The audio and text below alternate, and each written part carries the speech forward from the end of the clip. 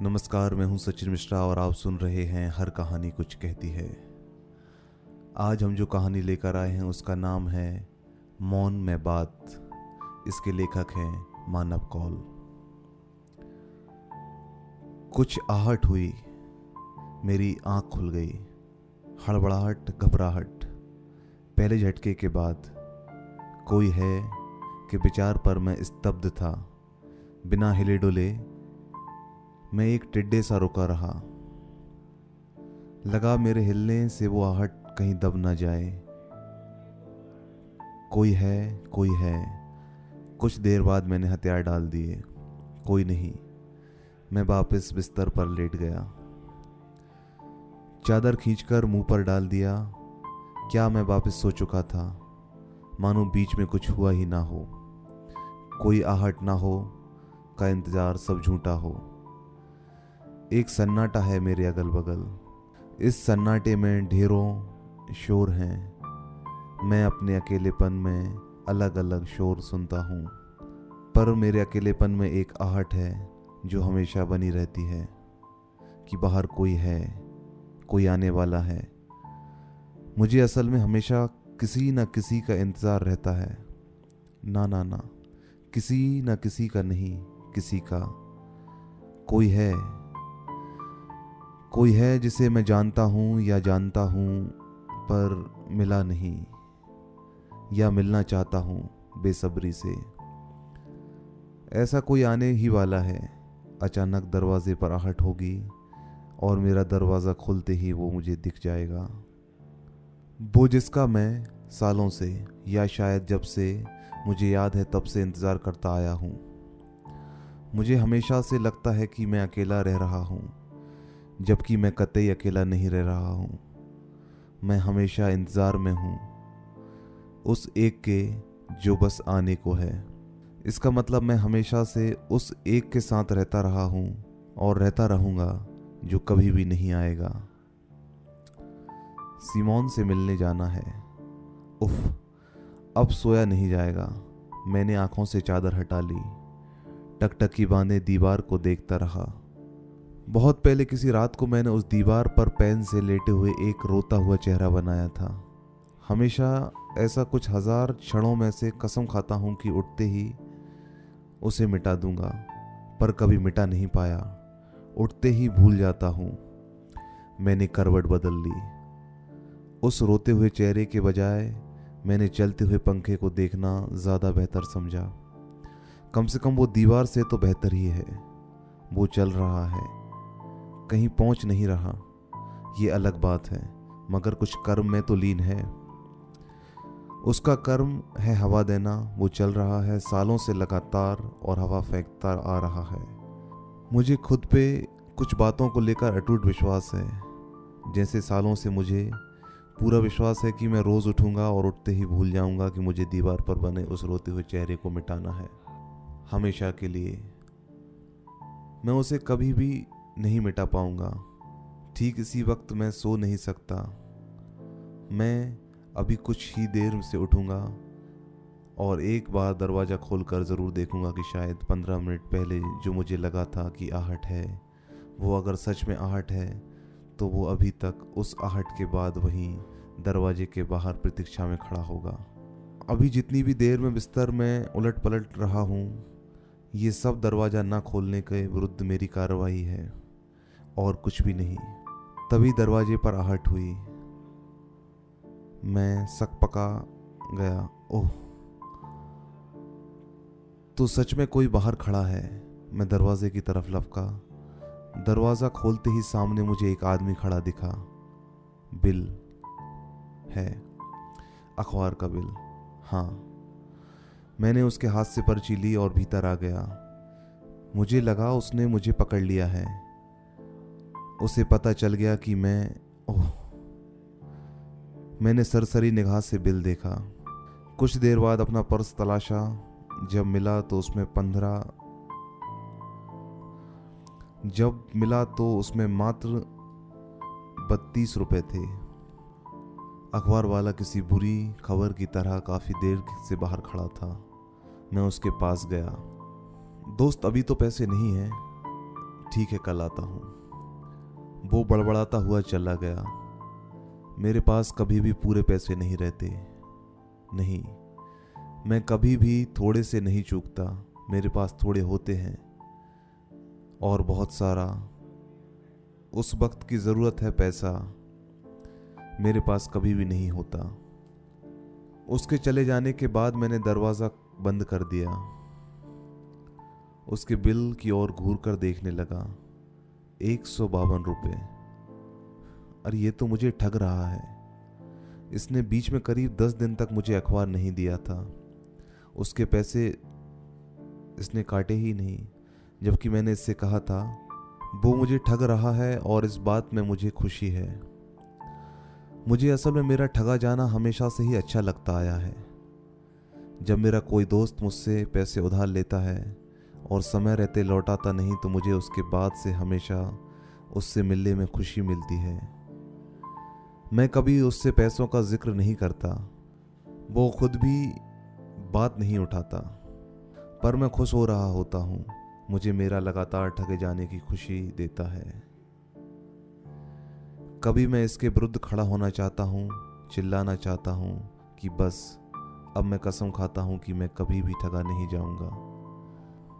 इस कसम के खत्म होने के बाद चलता है कि संघर्ष कितना बड़ा है। वो संघर्ष आलू प्याज से लेकर पूरे बाजार में और पूरे बाजार से लेकर खुद मुझ तक फैला हुआ है। मैं भी लगातार खुद को ठगता रहता हूँ। अब इस ठगने में कौन ठग है और कौन ठगा जा रहा है। यूं जब 10 दिन अखबार नहीं आया तो मुझे एक तरह की खुशी हुई थी। रोज सुबह खबरों का एक जत्था मेरे घर में धम्म से गिरता है। जब तक मैं उसे पुराने अखबार के ढेर के ऊपर नहीं फेंक देता, मुझे लगता है कि ये मेरी जिम्मेदारी है पूरा अखबार पढ़ने की, जिसे मैं रोज सिर्फ चित्र देखकर पूरा कर लेता हूँ। मुझे जिम्मेदारियों से बहुत खौफ है, किसी भी किस्म की जिम्मेदारी। मुझे खबरों से भी बहुत खौफ है। मैं क्या कर लूँगा बहुत सारी समस्याओं को सुनकर सुबह सुबह। सिमोन से मिलने जाना है।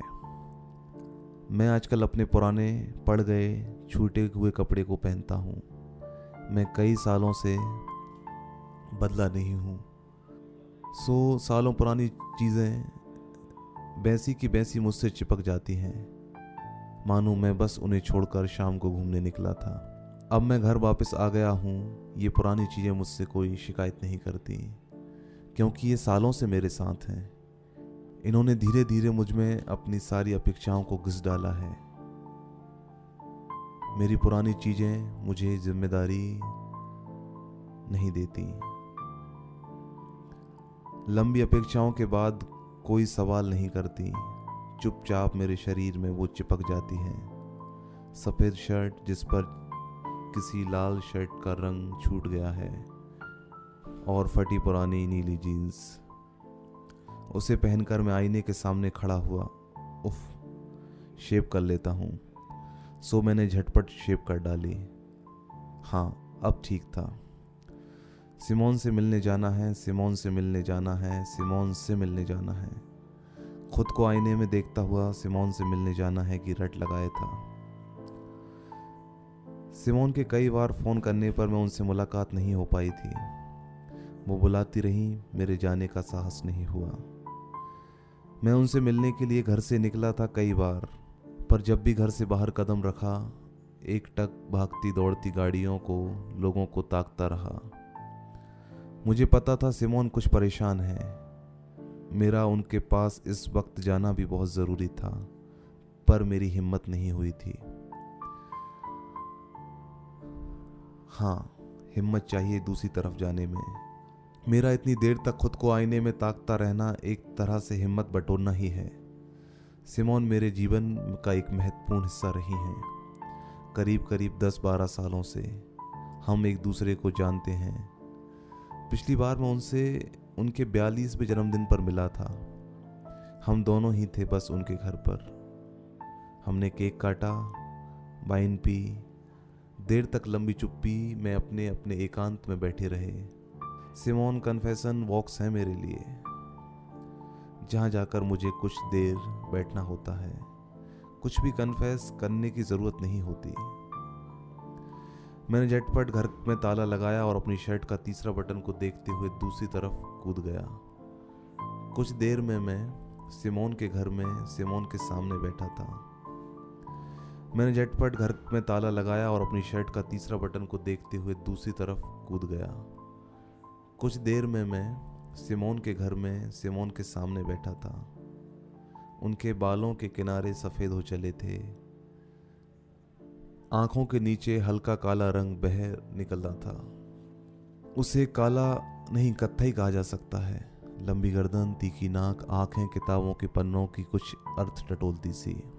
घर की सूती सफ़ेद साड़ी पहने हुए थी जिसमें बैंगनी रंग के छोटे फूल बने हुए थे। कुछ लिख रहे हो आजकल? किताबों में कुछ टटोलते हुए उन्होंने मुझसे पूछा। नहीं, घर में ही था। कोई महिला मित्र? मैं खिसिया दिया। नहीं, ना महिला ना ही मित्र। बहुत समय लगा दिया आने में। मैं चुप रहा। उन्होंने भी आगे कुछ न कहा। मैं क्या कहता कि पता नहीं किससे डरा हुआ हूँ, घर में दुबका बैठा हुआ हूँ। कुछ देर के लिए बाहर निकला हूँ तो घबरा जाता हूँ। लोगों के बीच बैठे हुए उनकी बातें मुझे जिब्रश सी लगती हैं। एक दूसरे का मनोरंजन करने की थकने वाली कोशिश। मुझे बाहर सांस लेने में दिक्कत होती है। सो घर में बैठा हूँ, चुप्पी साधे। क्या मतलब निकलता है इन बातों का? सो मैं चुप ही रहा। क्या हम लोग एक दूसरे को इतना भी नहीं जानते कि एक दूसरे के दुख सूंघ सकें? ये कहकर वो भीतर चली गई। सामने खाली कुर्सी थी जिसकी लकड़ी पर उनके सालों बैठे रहने के पीले निशान पड़ चुके थे। मुझे उन निशानों को छूना बेहद पसंद था। मैं हल्के से अपनी उंगलियां उस कुर्सी की चिकनी देह पर फेर लेता और लगता किसी सालों की तपस्या का मैं एक छोटा हिस्सा हूं। सामने टेबल पर 3 किताबें पड़ी हुई थीं, जो आधी पड़ी हुई औंधी पड़ी थीं। एक अंग्रेजी की और 2 हिंदी की। वो कभी भी एक बार में एक किताब नहीं पढ़ती थी। उनका घर उनकी मनः स्थिति की गवाही दे रहा था। चीज़ें बिखरी हुई पड़ी थी। कल रात को खाने के निशान भी टेबल पर मौजूद थे। झाड़ू कुछ दिनों से नहीं लगी थी। वो भीतर अपनी कही हुई बात को दफन करने के लिए गई हुई थी। जब वो उसे पूरी तरह दफन कर देंगी तो एक मुस्कुराहट के साथ बाहर आ जाएंगी, जैसे वो मुझे अभी अभी मिली हैं। वो मुझसे बहुत नाराज़ थी। पिछले कुछ हफ्तों की व्यस्तता के चलते मैं उनसे मिलने भी नहीं जा पाया था। सिमोन, सिमोन, मैंने उन्हें आवाज़ दी पर भीतर से कोई जवाब नहीं आया। मैं कुछ देर में उठकर टहलने लगा। वो अपना पूरा समय लेगी, मैं जानता हूं। सुबह सूरज की रोशनी खिड़की से सीधे उनकी दीवार पर पड़ती थी, फिर धीरे धीरे रेंगते हुए एक उजले प्रेत की तरह घर छोड़कर चली जाती थी। उन्होंने एक बार मुझसे कहा था कि क्या मैं इस रोशनी को अपने घर में रोक सकती हूँ, घर का दरवाज़ा खिड़की सब बंद करके इसे कैद कर लूँ, जैसे अपने घर में कैद हूँ। उनके घर में घुसते ही लगता है कि आप उनके भीतर चले आए हैं। जब हम कभी बाहर घूमने निकलते हैं तो वो एक छोटी बच्ची सी हरकत करने लगती थी, जो अपने माँ बाप की छत्र छाया से बहुत दिनों बाद भाग निकली हो। वो बिना अपने घर के नग्न सी जान पड़ती थी। मैंने कभी उन्हें नग्न दिखने वाली बात नहीं बताई थी।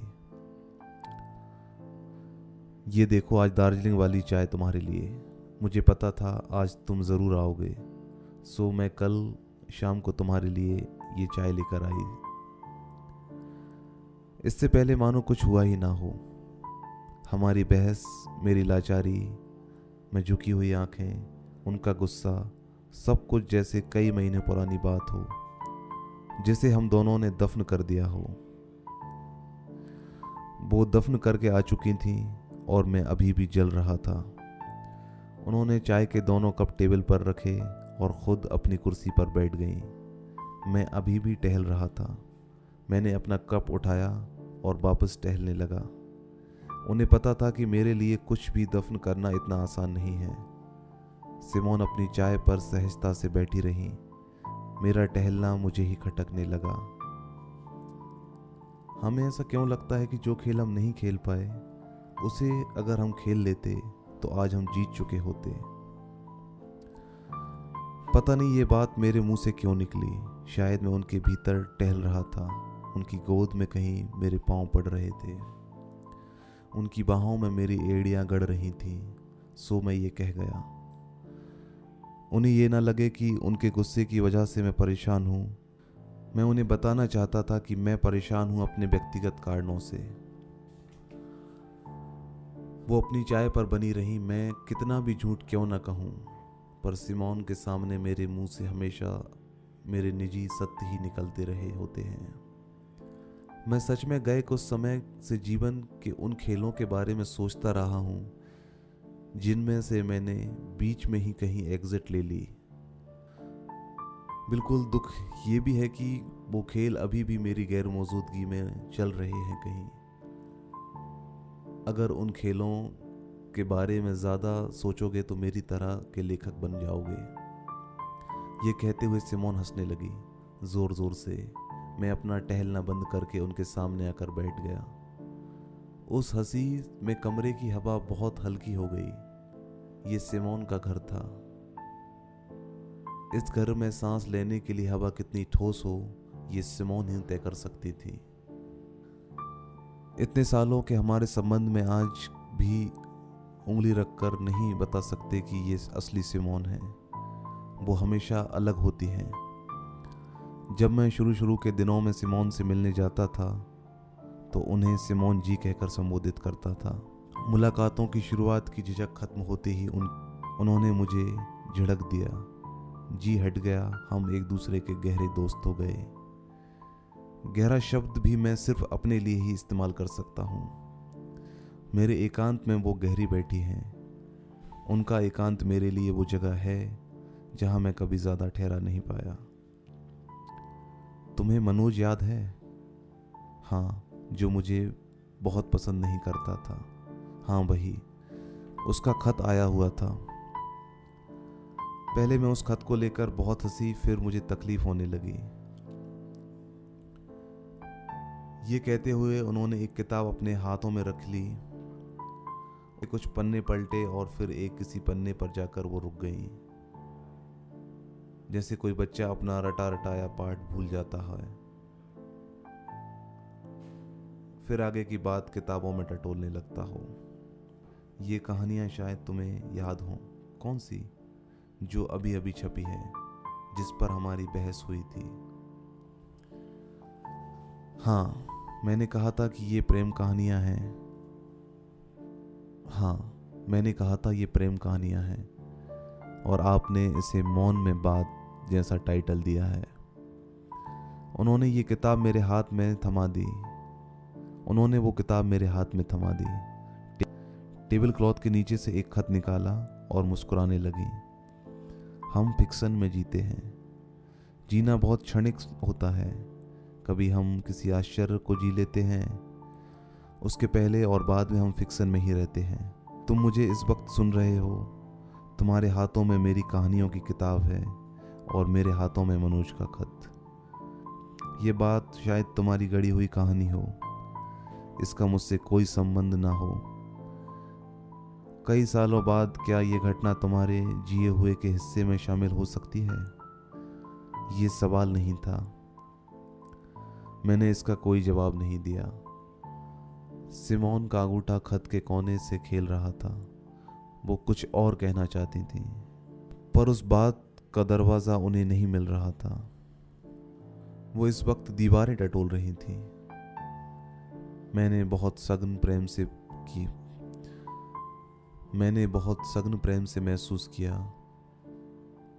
जब मनोज मेरे साथ रह रहा था, तुम्हें आश्चर्य होगा पर मैं मनोज के साथ बहुत कम रही हूँ। मैंने कहानी गढ़ना शुरू कर दिया था। वो कोई और मनोज था जो मेरे साथ रह रहा था। कभी कभी उस मनोज की शक्ल इस मनोज से मिल जाया करती थी। आवाज़ भी एक सी थी, दोनों की सांसें एकदम जुदा। मैं मनोज के होठों के ठीक पास बहुत देर तक रुकी रहती थी। उसकी आंखें, उसकी गालों की उभरी हड्डी ताकती सी, मैं वहाँ रुककर उसकी सांसें चबा रही होती थी। उनके खत को हल्का मरोड़ा, और ये मनोज इन कहानियों को पढ़कर मुझसे वापस मिलना चाहता है। इस खत में यही लिखा है, पहले मुझे हंसी आई, फिर तकलीफ होने लगी। तकलीफ किस बात की?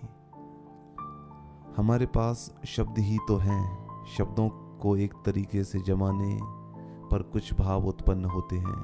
वो भाव किसके हैं? ये मेरी बात का जवाब नहीं था। मैं जवाब चाहता भी नहीं था। सिमोन ने धीरे से खत फाड़ दिया।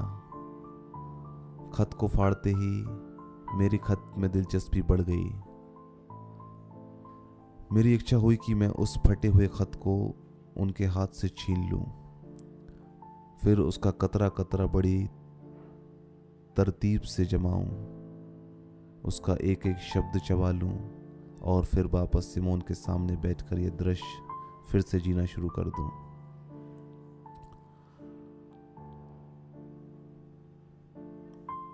ये बहुत बड़ी प्रदर्शनी है मेरी बालकनी में। मेरी बालकनी में वहीं कपड़े सूख रहे हैं जैसे लोग मुझे देखना सुनना चाहते हैं। मैं भी लगातार उन्हीं कपड़ों को धोती सुखाती हूँ जिन कपड़ों में लोग मुझे देखना पसंद करते हैं।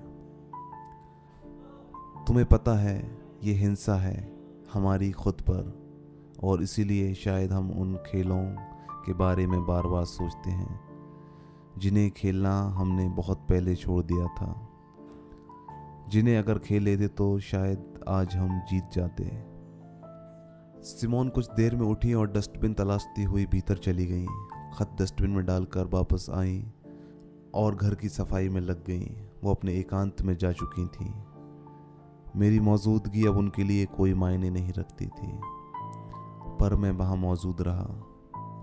इतने दिनों तक ना आ पाने का गिल्ट मेरे भीतर था।